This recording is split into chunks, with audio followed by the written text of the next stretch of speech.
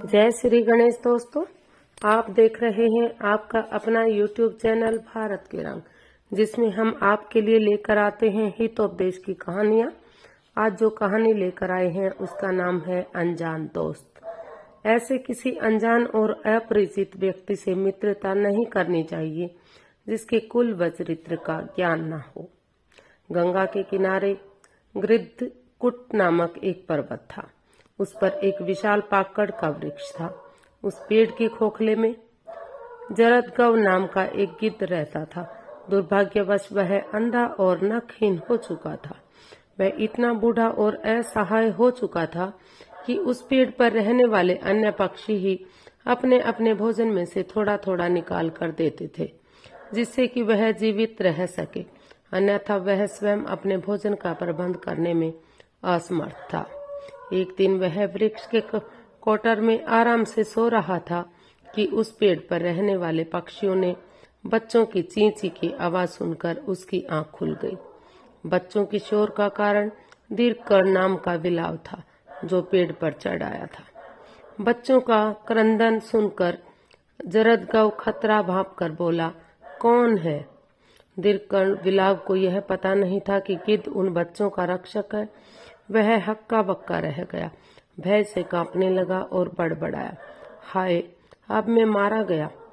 तुरंत उसने स्वयं को संयत किया और मन में सोचने लगा, भय से तभी तक डरना चाहिए जब तक भय पास न आए, किंतु भय को समीप देखकर मनुष्य को उसे दूर भगाने के लिए वो करना चाहिए जो उसे उचित लगे। इस समय मैं भागूं तो भी पक्षियों को नहीं खा सकता हूँ, अतः जो होगा देखा जाएगा। यह विचार करके बिलाव ने अपने अंदर विश्वास जुटाया और गिद्ध के पास जाकर बोला, हे महाराज, मैं आपको प्रणाम करता हूँ। तुम कौन हो जो मुझे प्रणाम कर रहे हो? गिद्ध ने पूछा। भगवान, मैं दीर्घकर्ण नाम का बिलाव हूँ, बिलाव ने कहा। बिलाव का नाम सुनकर गिद्ध की आंखें खुल गईं और फिर गरज कर बोला, यहाँ क्यों आए हो? तुरंत भाग जाओ, वरना मैं तुम्हें मार डालूंगा। बिलाव बोला, आप पहले मेरी बात तो सुने, बाद में यदि मारने योग्य हों तो मार दीजिएगा। नीति का कथन है कि मात्र विजातीय होने से शत्रुता नहीं करनी चाहिए। दूसरे का व्यवहार देखकर वह जिस योग्य हो उसके साथ वैसा ही व्यवहार करना चाहिए। बिलाव की नम्रता भरी बातें सुनकर गिद्ध कुछ शांत हुआ और फिर बोला, बताओ किस लिए आए हो? मैं यहाँ पर गंगा जी के किनारे नित्य स्नान करता हूँ। मैं मांस को न खाने वाला ब्रह्मचारी हूँ और चंद्रायन व्रत करता हूँ। मुझे पक्षियों से ज्ञात हुआ कि तुम्हारे धर्म और ज्ञान की बातों में रुचि है। मैं भी आप जैसे अनुभवी ज्ञानी से ज्ञान प्राप्त करना चाहता हूँ। मैं तो आपकी सेवा में कितनी श्रद्धा और विश्वास लेकर आया था, पर आप तो मेरे आते ही मुझे मारने पर तत्पर हो गए। परंतु गृहस्थी का तो यह धर्म है कि घर आए शत्रु का भी उचित आदर सत्कार करना चाहिए। जैसे वृक्ष अपने पास आए हुए काटने वाले के समीप गई अपनी छाया को कभी नहीं समेटता।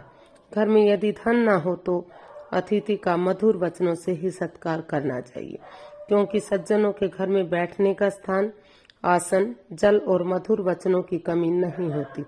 इसलिए कहा गया कि घर में चाहे कुछ हो या ना हो, मुंह में मीठे बोल अवश्य होने चाहिए। और दूसरे सज्जन लोग निर्गुणी जीवों पर सदा दया दृष्टि रखते हैं, जैसे चाहे वो चांडाल का ही घर क्यों न हो। चंद्रमा अपनी चांदनी से उसे भी प्रकाशमान करता है, वो अपनी चांदनी को समेट नहीं लेता। आप महान हैं, मैं एक क्षुद्र प्राणी हूँ। आपको मुझ पर दया करनी चाहिए। लोगों का कहना है कि जिस घर से अतिथि निराश होकर लौटता है, वह अतिथि अपने पाप को देकर और उस गृहस्थ का पुण्य लेकर चला जाता है।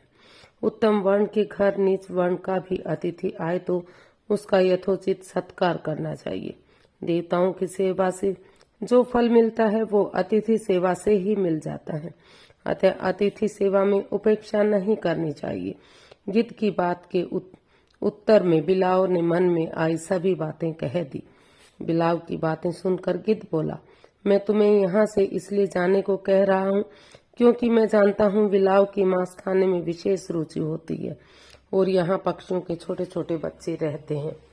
गिद्ध की बात सुनकर बिलाव ने तुरंत जमीन छूकर कान को पकड़ा और बोला, मैंने धर्मशास्त्र को सुनकर चंद्रायण व्रत किया है। आपको तो पता है कि चंद्रायण व्रत में कृष्ण पक्ष में प्रतिदिन भोजन का एक एक ग्रास घटाकर एवं शुक्ल पक्ष में प्रतिदिन एक एक ग्रास बढ़ाकर भोजन किया जाता है। हमारा आपस में मतभेद होने पर भी मुझे ज्ञात है कि हिंसा न करना परम धर्म है, क्योंकि जो मनुष्य सभी प्रकार की हिंसा से विरक्त है, समस्त प्रकार के सुख दुख तथा मान अपमान को धैर्य सहित सहन करते हैं और सभी प्राणियों को आश्रय देते हैं, वे स्वर्ग को जाते हैं। धर्म ही सच्चा मित्र है, जो मृत्यु के बाद भी मनुष्य के साथ जाता है। अन्य सब वस्तु शरीर के साथ यही नाश हो जाती हैं। मुझे मरना है, यह विचार कर या सुनकर जो कष्ट होता है उसको अनुमान के द्वारा नहीं बताया जा सकता। कितने दुख की बात है, मांस से बने शरीर का प्राणी ही दूसरे का मांस खाता है। खाने वाले को तो क्षणिक सुख मिलता है, जबकि दूसरे की जान चली जाती है। और सुनो, जो पेट अपने आप उगी हुई साग भाजी और अनेक खाद्य पदार्थों से भरा जा सकता है, उस पेट को भरने के लिए हिंसा करने से क्या लाभ है। इतना कहकर बिलाव चुप हो गया। बिलाव के धर्म वचनों को सुनकर गिद्ध को उस पर विश्वास हो गया। उसने बिलाव को भी अपने साथ रहने की आज्ञा दे दी।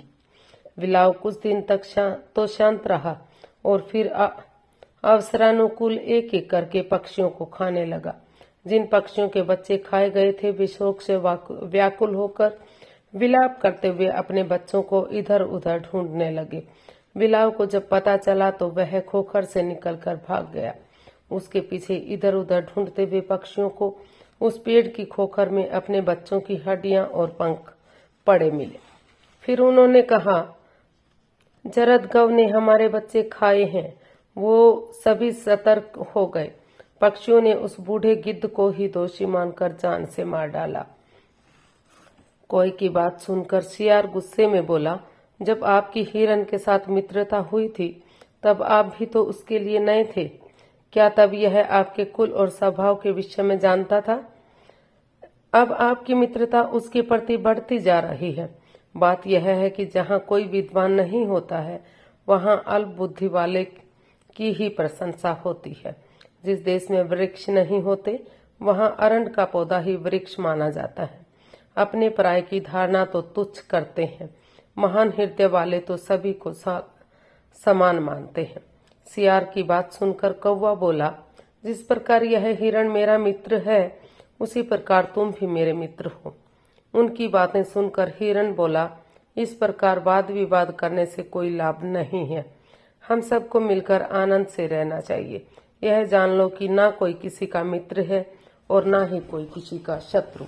शत्रु या मित्र व्यवहार से ही बनते हैं। कोई ने देखा कि हिरण उसकी बात नहीं समझ रहा है, तो उसने कोई ऐतराज ना किया। तीनों उस वन में आनंद पूर्वक रहने लगे। तो कैसी लगी दोस्तों ये कहानी? अगर कहानी अच्छी लगी तो प्लीज लाइक, शेयर और सब्सक्राइब करें।